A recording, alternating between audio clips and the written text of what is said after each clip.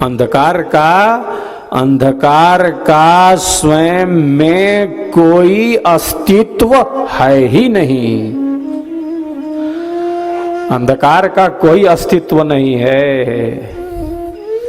प्रकाश का अभाव ही तो अंधकार है, और क्या है। प्रकाश का अभाव ही अंधकार है। जब प्रकाश आता है तो अंधेरा गायब हो जाता है। रात कितनी भी काली हो, प्रातः सूर्य की किरणें रात्रि की कालिमा को क्षण मात्र में ही नष्ट कर देती हैं, क्षण मात्र में ही नष्ट करती।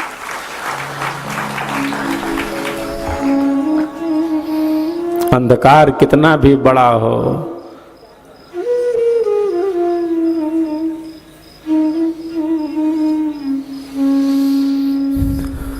अंधकार को पीटना नहीं है, ज्ञान के प्रकाश की जरूरत है।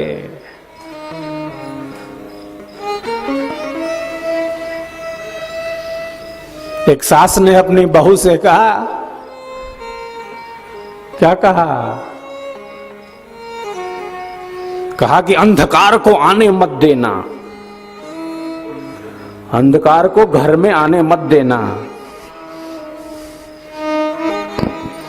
तो बहू ने क्या किया, बहू ने सारे दरवाजे खिड़की सब बंद कर दिए। सास ने कहा है अंधकार को आने नहीं देना, अंधेरा मत होने देना।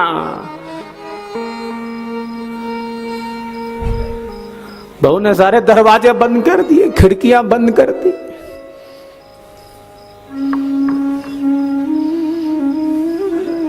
शाम होते ही अंधेरे की स्याह चादर घर में प्रविष्ट हो गई। बहू अंधेरे को भगाने के लिए लाठी पीट रही है। मारो लाठी से, अंधकार कहां से आ गया, कैसे घुसा, कहां आ गया। घर के अंदर इतना अंधकार आ गया, अब लाठी चलाओ। अंधकार को आने नहीं देना। लाठी पीटने से, अंधेरे की आलोचना से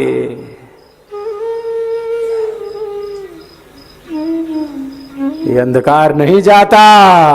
अरे यहां तो दिया जलाना पड़ता है, यहां तो दीपक जलाना पड़ता है।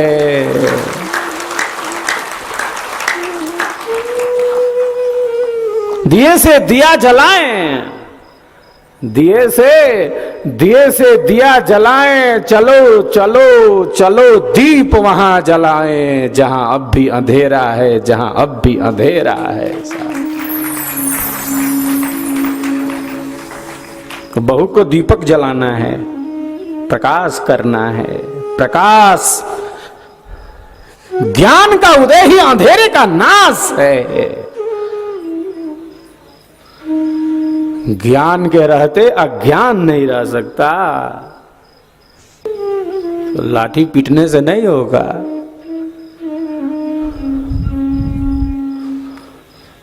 अज्ञान की आलोचना से भी नहीं होगा, अंधेरे की आलोचना से नहीं होगा। ज्ञान का वह प्रकाश,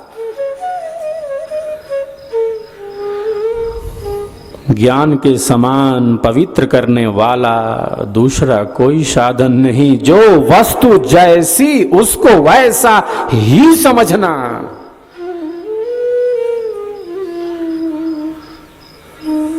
जो वस्तु जैसा रहे तैसा वाको जान। रूप बोध निर्भ्रांत है, संशयहीन सज्ञान। जो वस्तु जैसी हो उसको वैसा ही जानना, यही विद्या और ज्ञान का वास्तविक लक्षण है, यथार्थ लक्षण है। बहुत बार हम जानते तो बहुत हैं, हम जानते तो बहुत हैं, लेकिन हम जितना भी जानते हैं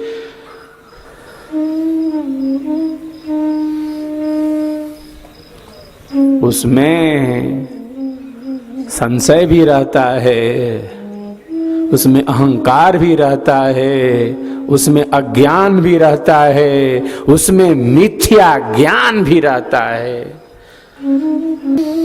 तो ज्ञान का अभाव भी अविद्या नहीं है, बल्कि मिथ्या ज्ञान, झूठ ज्ञान, विपरीत ज्ञान, विपर्यय ज्ञान, जिसे अविद्या कहा है, जिसकी जड़ें बड़ी मजबूत हैं। 5 क्लेश बतलाए, अविद्या, अस्मिता, राग, द्वेष, अभिनिवेश। दुख के कारण है ये 5। प्रथम है अविद्या, फिर अस्मिता, फिर राग, द्वेष, अभिनिवेश।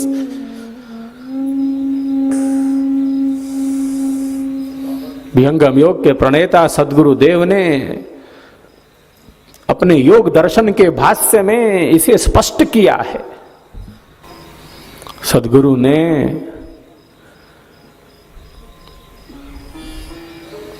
वेदों के सार को प्रकट किया।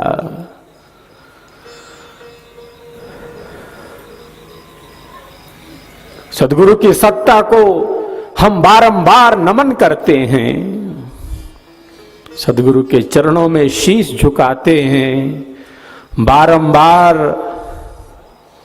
सद्गुरु सत्ता का नमन करते हैं।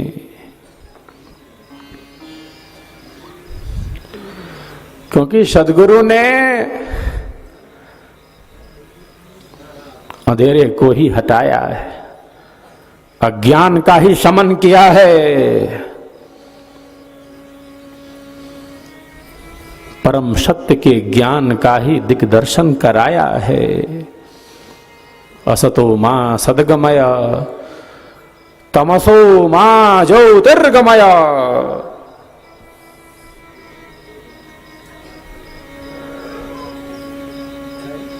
मृत्योर्मा अमृतम गमय।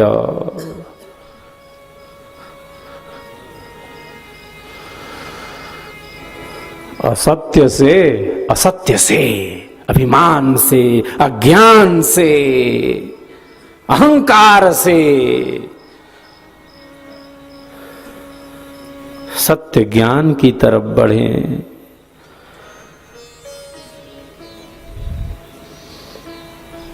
अंधकार से प्रकाश की तरफ बढ़ें।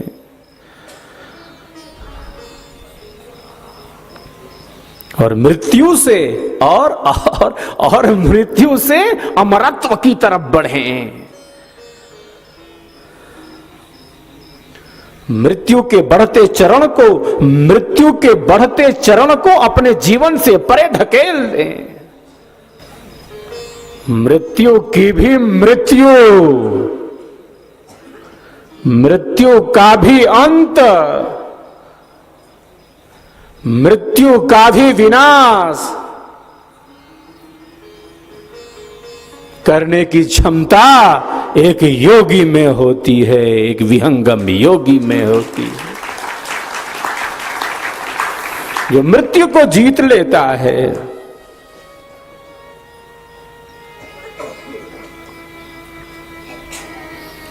जो मृत्यु की भी मृत्यु करा देता है।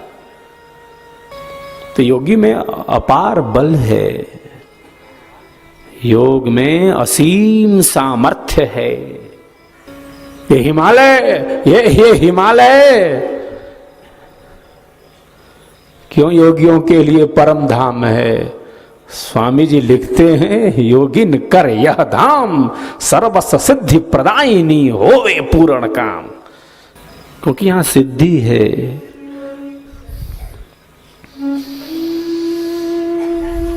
यहां सिद्धियां हैं, और केवल सिद्धि ही नहीं,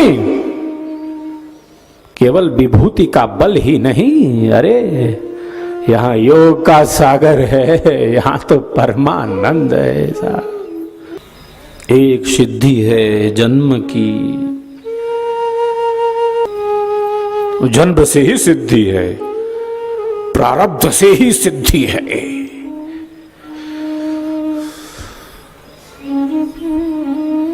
पूर्व के श्रेष्ठ कर्मों से ही सिद्धि है।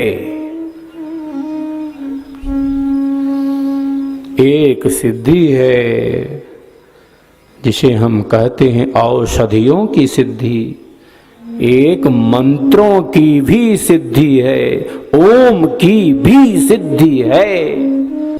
ये सिद्धि किस लिए है? ये सिद्धि शुद्धि के लिए है। और इसका कोई प्रयोजन है तो फिर ठीक नहीं। सिद्धि किस लिए? सिद्धि है शुद्धि के लिए। किसकी शुद्धि? अंतःकरण की शुद्धि, मन बुद्धि चित्त अहंकार की शुद्धि। तो मंत्रों से भी सिद्धि है, तप से भी सिद्धि है, और केवल यही सिद्धि नहीं है, जन्म औषधि मंत्र तप की ही सिद्धि नहीं है, बल्कि सिद्धि है समाधि की सिद्धि। समाधि की सिद्धि है जहां जन्म मरण समाप्त है, जहां आवागमन नष्ट है, जहां मृत्यु की मृत्यु है।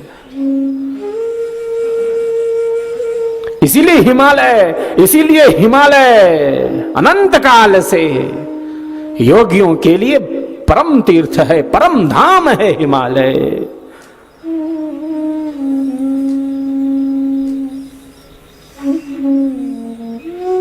अनेक कंदर आए हैं। कोई प्राकृतिक सिद्धि चाहता है,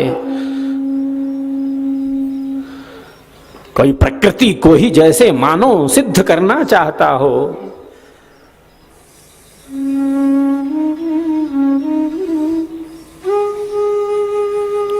आयुर्वेद का रहस्य तो यहां भरा पड़ा है। महर्षि चरक की भूमि है।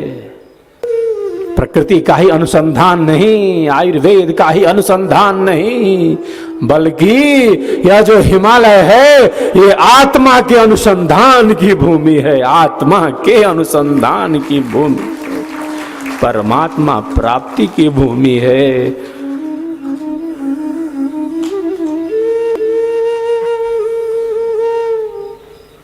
अहंकार, मैं और मेरा, ये अहंकार कैसा है? मैं और कैसा? केवल मैं नहीं, मेरा। विजयादशमी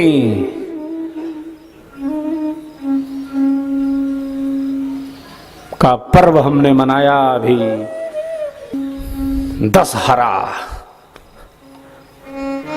दशहरा की जीता,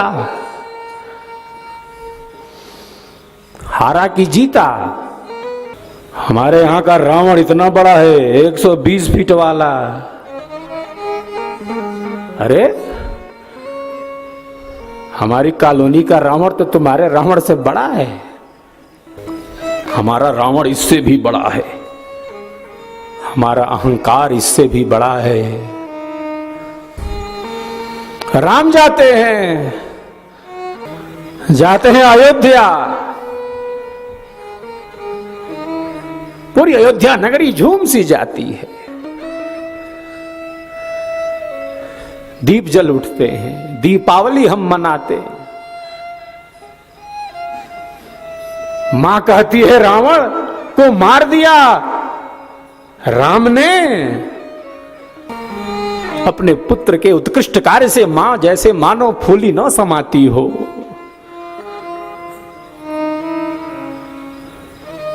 राम क्या कहते हैं? मां, मैंने रावण को नहीं मारा, मैंने रावण को नहीं मारा, रावण को उसके मैंने मारा, उसके मैंने मारा, उसके अहंकार ने मारा। मेरा रावण इतना बड़ा है, जैसे मानो अहंकार कितना बड़ा।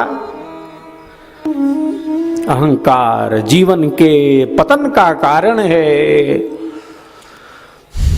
निराभिमानी सरल स्नेह युक्त जीवन ही अध्यात्म के ऊंचे पथ पर ले जाता है।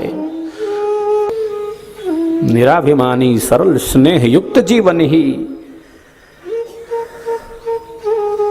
अध्यात्म के ऊंचे शिखर पर ले जाता है।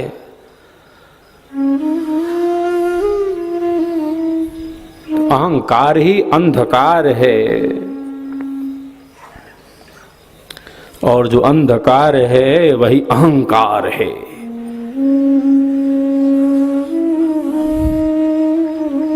हमारे भीतर राम वृत्ति है, हमारे भीतर रावण वृत्ति है।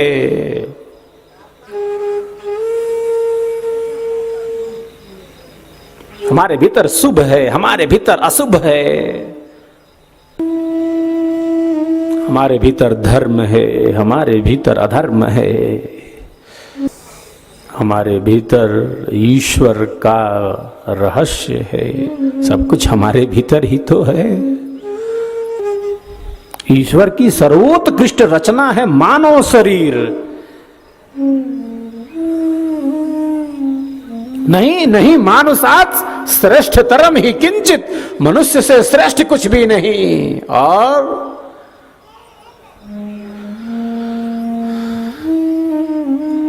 मनुष्य से अश्रेष्ठ भी, मनुष्य से पतित भी कोई अन्य नहीं। दोनों विशेषताओं को एक साथ समेटे है ये मानव।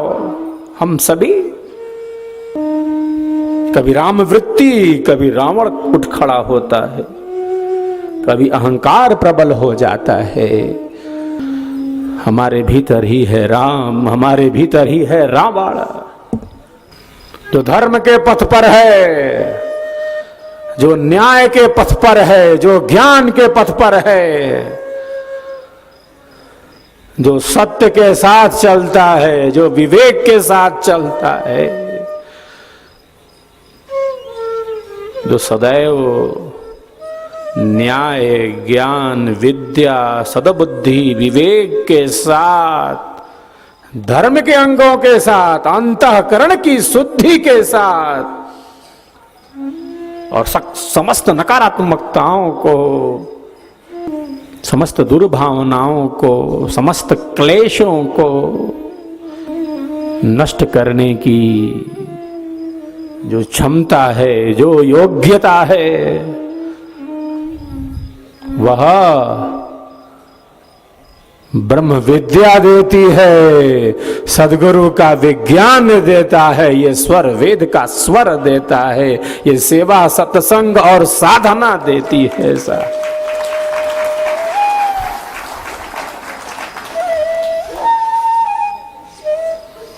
हम अपनी सकारात्मक वृत्तियों का उत्थान करें, मानवीय गुणों से मंडित बने, स्वयं की तरफ बढ़ें,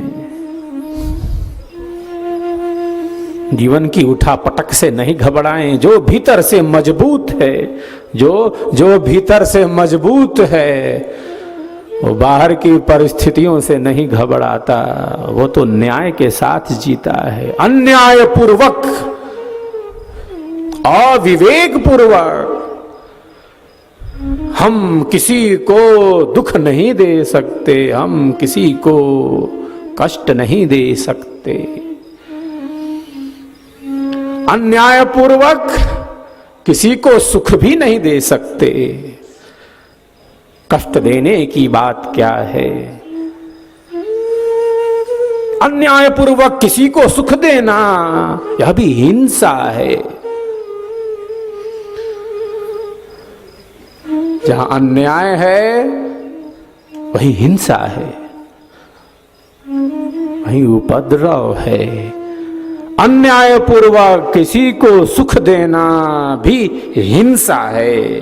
अन्याय पूर्वक किसी को दुख देना, न्यायपूर्वक दुख दे सकते हैं, न्यायपूर्वक, ज्ञानपूर्वक, विवेकपूर्वक दुख देना, न्यायपूर्वक दंड देना उचित है।